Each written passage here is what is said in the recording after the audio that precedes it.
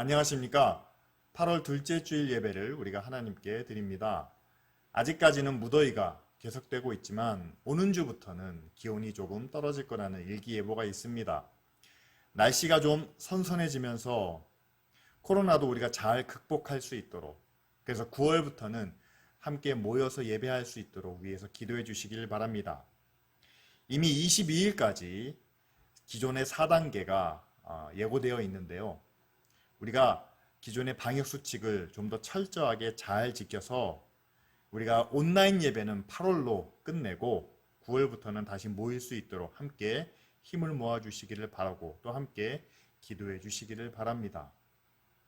우리가 함께 모이지 못할수록 카톡이나 또한 온라인을 통해서 서로 안부와 인사를 나눠주시기를 바라고 또한 교회를 위해서도 함께 계속 기도해 주시기를 바랍니다. 특별히 해외에 계신 선교사님들을 위해서 함께 기도해 주시기를 바랍니다. 김보교 선교사님은 계속 탄자니아에 계시고 또 다른 선교사님들은 일부 한국에 들어오신 분들도 계십니다. 그분들의 안전과 그리고 사역을 위해서 그 가족의 건강을 위해서 함께 기도해 주시기를 바랍니다. 그럼 우리 다 같이 함께 8월의 공동 기도문으로 하나님께 기도드리겠습니다.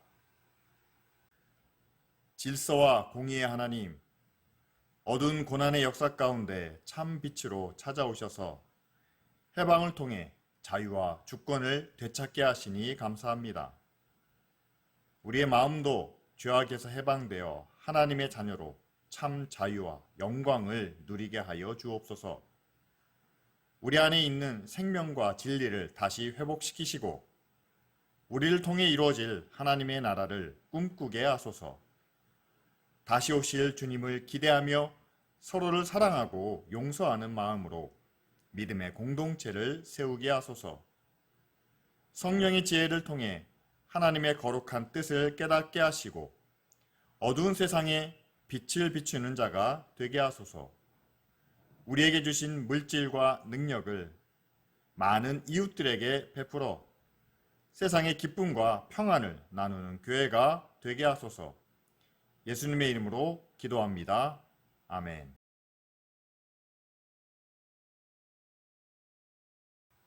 오늘 아침에 우리가 함께 나눌 말씀은 여호수아 9장 22절부터 27절까지 말씀입니다. 제가 읽어드리겠습니다. 여호수아가 그들을 불러다가 말하여 이르되 너희가 우리 가운데 거주하면서 어찌하여 심히 먼 곳에서 왔다고 하여 우리를 속였느냐? 그러므로 너희가 저주를 받나니 너희가 대를 이어 종이 되어 다 내 하나님의 집을 위하여 나무를 패며 물을 깃는 자가 되리라 하니 그들이 여호수아에게 대답하여 이르되 당신의 하나님 여호와께서 그의 종 모세에게 명령하사 이 땅을 다 당신들에게 주고 이 땅의 모든 주민을 당신들 앞에서 멸하라 하신 것이 당신의 종들에게 분명히 들리므로 당신들로 말미암아 우리의 목숨을 잃을까 심히 두려워하여 이같이 하였나이다. 보소서, 이제 우리가 당신의 손에 있으니 당신의 의향에 좋고 옳은 대로 우리에게 행하소서 한지라. 여호수아가 곧 그대로 그들에게 행하여 그들을 이스라엘 자손의 손에서 건져서 죽이지 못하게 하니라. 그날에 여호수아가 그들을 여호와께서 택하신 곳에서 회중을 위하며 여호와의 제단을 위하여 나무를 패며 물을 깃는 자들로 삼았더니 오늘까지 이르니라. 아멘. 이스라엘 백성들이 여리고와 아이성을 점령한 모습을 바라본 가나안 부족들의 반응은 크게 두 가지로 나뉩니다. 첫 번째는 이스라엘과 싸우기 위해서 5부족이 연합군을 결성하여 이스라엘을 향해 올라오는 장면이 9장 앞부분에 나오죠. 이와는 반대로 싸움을 피하고 평화조약을 맺고자 하는 기브온 족속 이야기가 오늘 본문 가운데 나옵니다. 그런데 그들은 이스라엘과 조약을 맺기 위해 마치 그들이 멀리서 온 것처럼 여호수아를 속였죠. 그들은 하나님께서 가나안 주민과는 어떤 언약도 맺지 말고 그들을 멸하라는 그 명령을 이미 알고 있었습니다. 그래서 곰팡이가 핀 빵과 낡은 가족 부대로 여호수아와 장로들을 속여서 거짓 조약을 맺었던 거죠. 그런데 이 사실은 바로 들통이 납니다. 왜냐하면 사흘 후에 이스라엘의 군대가 기브온 족속들이 거하는 그 지역에 이르렀기 때문이죠. 거짓말에 속아서 맺은 조약이지만 이미 하나님의 이름으로 맹세했기 때문에 기브온 족속은 죽음을 면할 수 있었습니다. 하지만 이들은 대대로 나무를 패며 물을 깃는 이스라엘의 종이 되어야만 했었죠. 그리고 기브온 족속은 이를 받아들여 스스로 종이 되기를 선택했습니다. 싸우기보다는, 그래서 죽는 이보다는 차라리 종으로 사는 게 낫다는 그런 결과론적인 판단이었죠. 이에 대해서 우리가 일부는 공감할 수도 있겠지만 그러나 과연 이것이 최선이었을까라는 생각이 듭니다. 왜냐하면 왜 기브온 족속들은 자신들에 대하여 사실을 밝히고 이스라엘에게, 여호수아에게 평화와 구원을 요청하지 못했을까요? 그것은 아마도 그들이 말한 대로 두려움 때문이라 생각이 듭니다. 하나님이 명령하셨기 때문에 가나안 주민과는 어떤 약속도 맺지 말고 모두 멸하라는 그 명령을 두려워했기 때문이었겠죠. 그래서 거짓 조약을 맺는 것이 죽음을 면할 수 있는 최선의 선택이다라고 판단해서 그들은 거짓말을 꾸며내지 않았을까요? 하지만 가나안과 어떤 약속도 맺지 말라는 하나님의 명령이 과연 하나님은 가나안 족속 중 어느 누구도 구원하시지 않겠다는 그런 뜻을 담고 있는 그런 명령일까요? 그것은 아니라고 생각합니다. 왜냐하면 우리가 가나안과의 어떤 약속도 맺지 말라는 그 명령은 사실 이스라엘 백성들을 지키기 위한 수단이었죠. 이스라엘 백성들이 하나님 앞에 그리고 하나님 안에 온전히 거하기 위해서 그들을 하나님과 약속 안에 거하게 하는 그런 보호하는 장치로서 아무도 가나안 족속과 약속을 맺지 말라라고 명령하셨지, 하나님께서 절대로 그 가나안 족속들은 모두 멸망시키겠다, 또한 그들을 절대 구원하지 않겠다라는 뜻은 아니었다는 겁니다. 그래서 만약 우리가 가정해 본다면 기브온 족속이 여호수아에게 하나님의 구원을 요청했다면 과연 하나님께서 그들을 구원하실 가능성이 전혀 없었을까요? 그렇진 않다는 것이 우리의 추측입니다. 왜냐하면 하나님께서는 이미 여리고성에서 라합의 믿음을 보시고 그 가족들을 구원해 주시지 않았습니까? 그런데 기브온이 고백하는 내용을 보면 라합의 고백과 거의 비슷하다는 사실입니다. 먼저 2장 9절에 라합이 이렇게 이야기합니다. 여호와께서 이 땅을 너에게 주신 줄을 내가 아노라. 우리가 심히 두려워하여 우리의 간담이 녹았다 라고 말합니다. 그런데 기브온 족속도 오늘 본문 24절에 보면 여호와께서 모세에게 명령하사 이 땅을 다 당신들에게 주고 모든 주민을 당신들 앞에서 멸하라 하신 것을 우리가 들었으므로 우리가 목숨을 잃을까 심히 두려워하여 이렇게 하였습니다 라고 말하지 않습니까? 뿐만 아니라 이들이 들은 하나님의 능력에 대해서도 공통적으로 언급하는 부분이 있습니다. 애굽에서 나올 때 여호와께서 홍해의 물을 마르게 하신 것과 요단 동편 아모리 사람의 시혼과 옥에게 행하신 일, 그들을 다 전멸하신 일들을 우리가 들었다라고 이야기하죠. 이처럼 라합과 기브온 족속은 모두 하나님의 약속과 그분이 행하신 능력에 대해서 똑같이 들었고 또한 알고 있었습니다.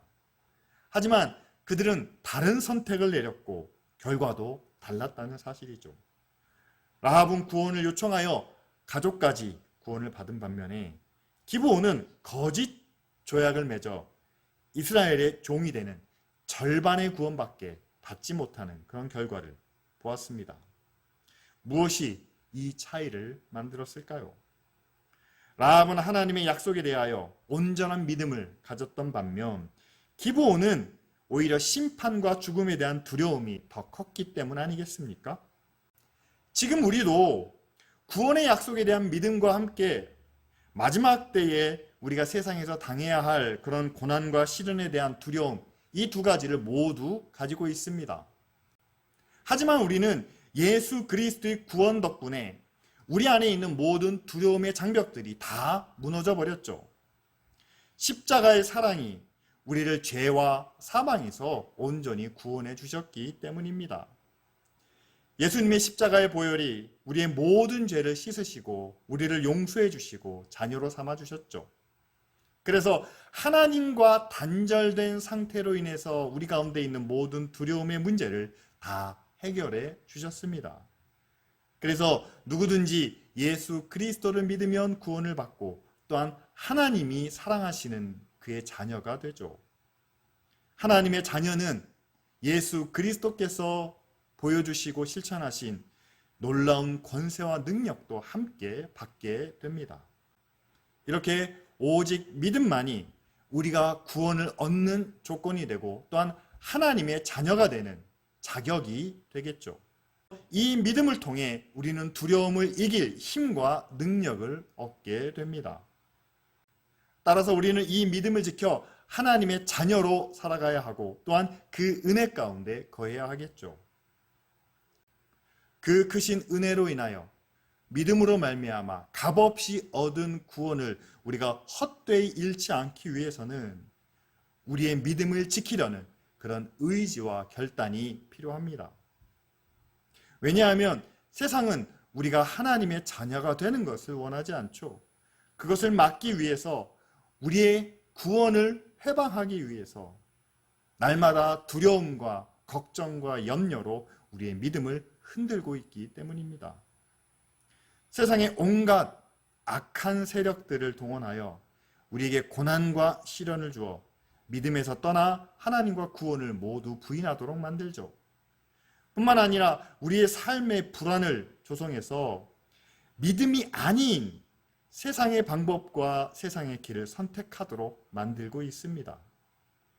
특히 요즘같이 각종 재난과 전쟁과 기근과 자연재해가 예상되는 이런 상황 가운데 성경에 기록되어 있는 마지막 징조가 하나 둘씩 나타나는 가운데 세상은 하나님의 말씀에 기초한 그 구원을 바라며 소망하는 그 믿음 가운데 있는 우리를 신령한 능력과 기적을 보게 함으로 우리를 유혹하고 시험하죠. 세상은 이렇게 인간의 약점인 두려움과 걱정을 이용해서 하나님을 향해야 할 우리의 마음을 세상을 향하도록 만듭니다. 세상의 힘과 능력과 또한 신비한 것들을 바라보게 하죠. 불안한 미래에 대한 두려움 때문에 우리는 지금의 상태에 만족하며 기뻐하기보다는 더 많은 것을, 세상의 것을 구하려고 애를 쓰게 됩니다. 재난과 불행에 대한 걱정 때문에 하나님의 은혜와 도우심을 구하기보다는 강한 세상의 힘과 능력을 의지하게 되죠. 믿음보다는 먼저 나 자신을 찾고 또한 나의 성공을 바라보게 만들므로 세상은 자신의 권세를 유지하려고 하고 있습니다. 그런 가운데서 여러분, 우리가 하나님의 자녀됨을 다시 한번 확인하고 말씀과 믿음에 기초한 삶을 살려고 할 때마다 세상은 우리의 마음을 다시 한번 흔들어 놓지 않습니까? 우리를 불안하게 합니다. 염려와 걱정이 일어나게 만듭니다. 세상에서 믿음으로 성공한 사람이 있는지 봐라. 너도 남들처럼 성공하고 떳떳하게 살려면 그들이 사용하는, 그들이 추구하는 방법을 너도 따라야 한다. 세상에서는 세상의 법이 통하는 것처럼 그것이 우리가 성공하는 지름길이다 라고 말하며 세상은 하나님의 뜻과는 전혀 다른 길, 다른 방법으로 나아가고 있다라고 우리에게 말합니다. 그렇게 우리의 걱정과 우리의 불안을 조성해서 하나님이 아닌 세상의 길을 선택하게 하고 그것이 바로 우리 안에 하나님이 없는 세상을 조금씩 넓혀가게 만들고 있다는 사실이죠. 여러분, 우리가 신앙생활 속에서 경험하고 있는 모든 두려움과 걱정은 결코 하나님이 주시는 것이 아니라는 사실을 기억하시길 바랍니다. 하나님이 우리에게 주시는 것은 말씀 안에, 믿음 안에 있는 평안과 기쁨이지 걱정과 두려움과 염려는 아니죠. 그것은 바로 하나님이 창조하신 그 길에서 벗어난 세상이 우리에게 주는 것입니다. 세상은 우리의 약점을 너무나 잘 알고 있습니다. 두려움을 아주 잘 이용하고 있습니다. 그렇게 우리를 하나님으로부터 멀어지게 합니다. 자기 자신의 길을 가게 만듭니다. 빛에서 떠나 점점 어두운 곳으로 빠져들게 만들고 이제는 더 이상 돌아갈 길이 없다라고 우리에게 말하며 세상과 함께 포기하고 또는 타협하는 길을 선택하게 만들죠. 그러나 여러분, 성경에서 우리에게 말씀하고 있는 하나님의 구원에는 절대 타협과 포기는 없습니다. 왜냐하면 하나님의 사랑은 절대적이고 하나님의 구원의 은혜는 완전하기 때문이죠. 따라서 우리의 믿음의 첫 걸음이 중요합니다. 우리가 세상에서 우리의 성공과 우리의 행복을 구할 때 여러분, 그것도 하나님 안에 있음을 인정해야 합니다. 그리고 우리는 하나님의 말씀에 따라 우리의 성공과 우리의 행복을 이룰 수 있다는 것도 우리는 인정해야만 합니다. 왜냐하면 이 세상도 하나님이 만드셨고 또한 우리는 하나님의 형상대로 지음받은 피조물이기 때문이죠. 결과적으로 우리는 세상에서 어떠한 것도 두려워할 이유가 없습니다. 피조물인 우리의 성공과 만족, 하나님께서 반대하시겠습니까? 또한 하나님께서 거절하시겠습니까? 아니죠. 우리는 하나님의 말씀과 뜻에 순종하면서 행복과 만족을 누릴 수 있습니다. 순종과 만족이 서로 별개라는 것은 세상이 우리에게 주입시키고 있는 생각일 뿐이죠. 우리의 욕심을 채우는 것이 우리의 만족이고 우리의 행복이라고 규정하면서 하나님을 떠난 우리의 욕심을 그들은 정당화하고 있습니다. 하지만 여러분, 세상에서 우리가 참 평안과 기쁨과 만족을 누리는 데는 우리의 욕심이 최선이 아니고 우리를 향한 하나님의 뜻과 거룩한 은혜가 우리 안에 있어야 참 만족을, 참 기쁨을 누릴 수 있다는 사실을 기억하시길 바랍니다. 이것을 우리는 이스라엘의 역사를 통해서도 볼 수 있습니다. 하나님을 향해서는 형식적으로 제사만 드리고 자신의 욕망과 만족을 위해서는 우상을 통해 이루려고 하는 이스라엘 백성들의 모습을 우리는 잘 알고 있습니다. 결국 그들은 하나님을 떠나 멸망과 심판을 받지 않았습니까?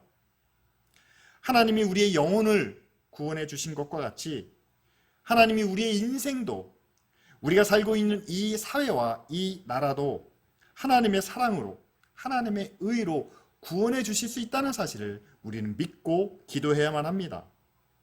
그리고 그 믿음에 대한 증거로 우리가 함께 기도하며 구했던 하나님의 나라와 하나님의 의와 하나님의 사랑이 우리 생활 속에, 우리 직장과 우리 가정 가운데 이루어질 수 있도록 우리가 직접 실천하는 예수 그리스도의 향기와 증거가 되어야 되겠죠. 그렇게 세상을 변화시켜야 되겠죠. 이것이 바로 하나님께서 이스라엘 백성들을 가나안 땅으로 인도하여 그 땅을 정복하고 다스리게 하신 목적이며 또한 예수 그리스도의 십자가로 우리를 구원하여 하나님의 자녀로 삼아주신 이유입니다. 우리가 하나님께 순종하며 행복과 만족을 누릴 수 있는 그런 세상을 꿈꾸며 살아가시게 하는 것이 바로 하나님의 뜻이죠. 이처럼 우리를 향한 하나님의 뜻과 하나님의 목적을 깨닫고 우리는 세상이 주는 두려움 때문에 종이 되는 것을 선택하지 말고 하나님의 자녀가 되는 길을 선택해야만 합니다. 기브온이 두려움 때문에 거짓 죄악을 맺은 것처럼 우리도 두려움 때문에 세상 속에서 하나님의 자녀로 당당하게 나서지 못하는 그런 모습들이 있죠. 우리가 세상과 달라야 한다는 것 때문에 주변 사람들이 나를 다르게 보고 나를 차별할까 두려워하고 염려해서 또 세상에서 나만 손해보는 건 아닌지 내 이익과 행복을 잃어버릴 것만 같은 그런 걱정 때문에 우리는 하나님의 자녀로서 우리 자신을 당당하게 내세우지 못할 뿐 아니라 하나님의 의와 사랑도 온전히 실천하지 못할 때가 많습니다. 그런데 여러분, 이 모든 것들이 다 세상이 우리에게 주는 그런 오해와 선입견이라는 사실을 아십니까? 여러분, 세상을 만드신 하나님께서 하나님의 의를 위해서 우리의 행복과 평안을 뺏어가시겠습니까? 하나님의 영광을 이루시기 위해서 우리에게 고난과 아픔만 주시는 것이 바로 하나님의 뜻일까요? 지금도 세상을 다스리시는 그 하나님을 믿는다면 하나님의 의와 영광이 우리에게 은혜와 평강이 될 줄 우리는 믿어야만 합니다. 또한 세상의 악과 불의를 통해 잠시 힘과 권세를 누리는 자들을 우리가 부러워하거나 그들을 따라해서는 안 되겠죠. 우리도 저들처럼 어떻게든 성공해야 돼, 일단은 잘 살고 봐야 돼 라는 성공주의를 외치는 것이 바로 하나님의 자녀가 아니라 세상의 종이 되는 그런 선택이 아니겠습니까? 예수님께서 제자들에게 말씀하신 것처럼 하나님을 믿는 믿음의 자녀들의 모습은 세상에서 권세와 힘을 두려워하며 그들을 쫓는 자들과는 분명히 다르다는 것을 우리에게 말씀하고 있습니다. 사도 바울은 로마서 8장 15절에 우리가 다시 무서워하는 종의 영을 받지 아니하고 양자의 영을 받았으므로 우리가 하나님을 아버지라 부르짖느니라 라고 말합니다. 그리고 16절에 성령이 우리가 하나님의 자녀인 것을 증언하신다 라고 이렇게 말씀하시죠. 특별히 우리가 하나님의 자녀인 것을 증언하신 이유가 과연 어디에 있을까요? 그것은 바로 13절에 우리가 육신대로 살면 죽겠지만 그러나 영으로서 몸의 행실을 죽이면 살기 때문이다 라고 말합니다. 다시 말해 예수 그리스도의 십자가로 새 생명을 얻은 우리는 더 이상 육신의 행위로 죽어서는 안 되고 영으로 우리는 살아나야만, 우리의 생명을 지켜야만 한다라고 말씀하고 있죠. 종은 아무리 하나님을 알고 또한 하나님을 믿는다고 해도 세상에 속한 육신으로밖에 살 수 없습니다. 다시 말하면 그 육신의 삶에서 벗어나지 못한다는 거죠. 그러나 하나님의 자녀는 다릅니다. 비록 우리의 몸은 세상에 속해 있지만 세상의 힘과 권세에 눌려 있을지 모르지만 그러나 우리는 하나님의 양자의 영을 받았기 때문에 하나님을 아버지라고 부를 뿐만 아니라 우리는 하나님의 상속자가 될 것이다 라고 말씀하시죠. 상속자라는 것은 하나님의 유산을 물려받는 그 약속을 받은 사람이라는 겁니다. 따라서 하나님의 유산을 약속받았기 때문에 하나님과 함께 영원한 영광을 받기 위하여 우리는 세상에서 고난도 함께 받을 수 있다라고 바울은 말하죠. 고난의 삶을 우리는 믿음으로 결단할 수 있다는 사실입니다. 이것이 바울이 말하는 자녀의 믿음과 결단이죠. 하나님의 아들은 분명 세상의 종과는 다른 모습을, 다른 결단을 보여주고 있습니다. 이렇게 하나님은 믿음을 선택한 하나님의 자녀들을 절대 실망시키지 않으시죠. 모세와 다윗에게 약속을 지키신 것처럼 하나님은 지금의 교회와 믿는 자들에게도 성경에 약속하신 은혜와 능력을 반드시 이루실 줄 믿습니다. 만일 우리가 하나님의 자녀로서 하나님을 실망시키지 않는다면 하나님의 자녀된 모습, 상속자의 모습을 우리가 지키기만 한다면 하나님도 자신의 약속을 반드시 우리에게 지키시고 이루시지 않겠습니까? 잠시 우리가 두려움 때문에, 염려 때문에 우리의 길에서 벗어날 수 있지만 그것은 우리가 다시 돌아오기 위한 하나의 과정이라는 것을 기억하시길 바랍니다. 하나님을 떠난 길은, 그 진리와 그 의를 피하는 길은 이것은 단순한 우회로가 아니라 우리를 구원의 이전의 모습으로, 다시 말하면 세상에 속한 종의 모습으로 우리를 후퇴하게 만드는 길이라는 사실이죠. 따라서 우리는 속히 우리의 자녀된 모습으로 돌아와야만 합니다. 하나님은 우리가 종이 아닌 자녀가 되기를 원하십니다. 하나님의 자녀가 되어 세상의 모든 두려움으로부터 벗어나기를 원하시죠.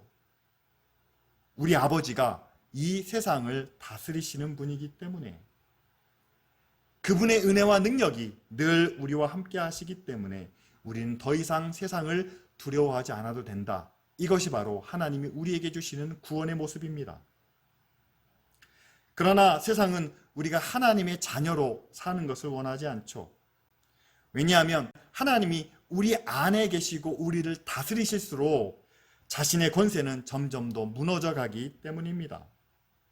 그래서 온갖 유혹과 시험과 고난을 통해 우리의 앞길을 막고 또한 두려움을 통해 세상의 권세 앞에 무릎을 꿇도록 하죠. 하지만 세상을 창조하시고 또한 지금도 이 세상을 다스리시는 하나님은 우리가 세상이 주는 그 두려움 때문에 하나님의 자녀의 지위에서 벗어나 과거의 종의 모습으로 세상을 두려워하는 모습으로 내려가는 것을 원하시지 않습니다. 우리도 과거의 모습으로 돌아가기를 원하지 않죠. 따라서 이 시간 우리가 함께 기도해야 하지 않겠습니까? 하나님, 세상이 주는 그 모든 두려움을 이기고 믿음으로 당당한 하나님의 자녀가 되게 하여 주옵소서.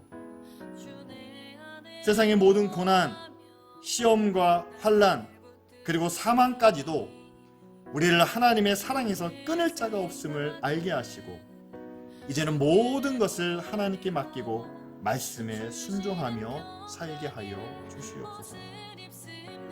그래서 하나님이 다스리시는 이 세상에서 하나님의 능력으로 하나님의 놀라운 은혜와 축복을 경험하는 믿음의 삶을 살게 하여 주옵소서. 이 시간 다 같이 함께 기도드리겠습니다. 두려움 다 내려놓고 주님만 의지해 주 안에서 내 영혼 안전합니다. 내 아버지 그 품 안에 우리를 구원하신 하나님의 사랑에 감사를 드립니다. 또한 값없이 우리를 하나님의 자녀로 삼아주시고 하나님의 은혜와 축복으로 날마다 우리를 지켜주시고 인도해 주심을 감사드립니다. 하나님, 그러나 이 세상이 날마다 우리를 두렵게 하고 걱정과 염려로 빠져들게 만들 때에 우리를 구원하신 그 하나님의 능력으로 그리고 하나님의 은혜로 결코 이 세상에서 우리를 하나님의 사랑에서 끊을 자가 없다는 사실을 확인하게 하여 주시옵소서. 날마다 하나님의 은혜 안에 거하게 하시며 말씀으로 세상을 이기는 하나님의 능력을 경험하게 하여 주시옵소서. 그래서 하나님, 이스라엘 백성들이 그 약속의 땅을 차지하고 그곳에서 하나님의 이름을 부르며 하나님께 영광을 돌린 것처럼 이제는 우리도 우리의 삶의 자리에서 우리의 가정과 우리 직장에서 하나님의 말씀과 하나님의 의와 하나님의 사랑을 실천함으로 그곳에서 하나님의 이름을 높이며 하나님의 영광을 나타내는 믿음의 자녀가 되게 하여 주시옵소서. 특별히 코로나 때문에 여러 가지 어려운 가운데 있는 성도들과 또한 가정이 있습니다. 하나님, 그들에게 필요한 은혜와 능력을 베풀어 주시옵소서. 여러 가지 상황 가운데 하나님의 도우심을 간절히 기도하는 성도의 가정이 있습니다. 하나님, 그들을 붙드시고 그 가운데 하나님의 능력을 나타내 주시옵소서.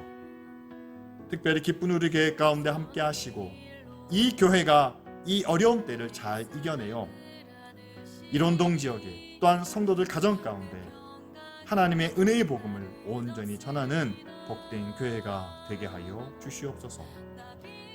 또한 선교사님들을 위해서 기도합니다. 선교지에서 또는 귀국한 그 가정 가운데 하나님, 그분들이 겪어야 할 그 많은 어려움을 주님이 아시오니 그 가운데 주님이 동행하시고 그들의 필요를 채우시며 주의 능력으로 아버지 하나님 이끌어 주시옵소서.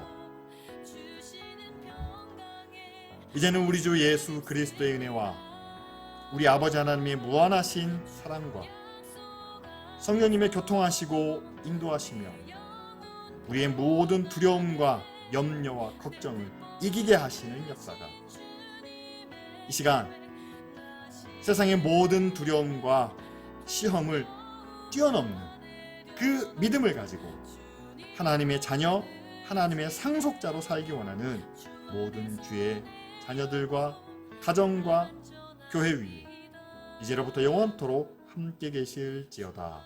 아멘.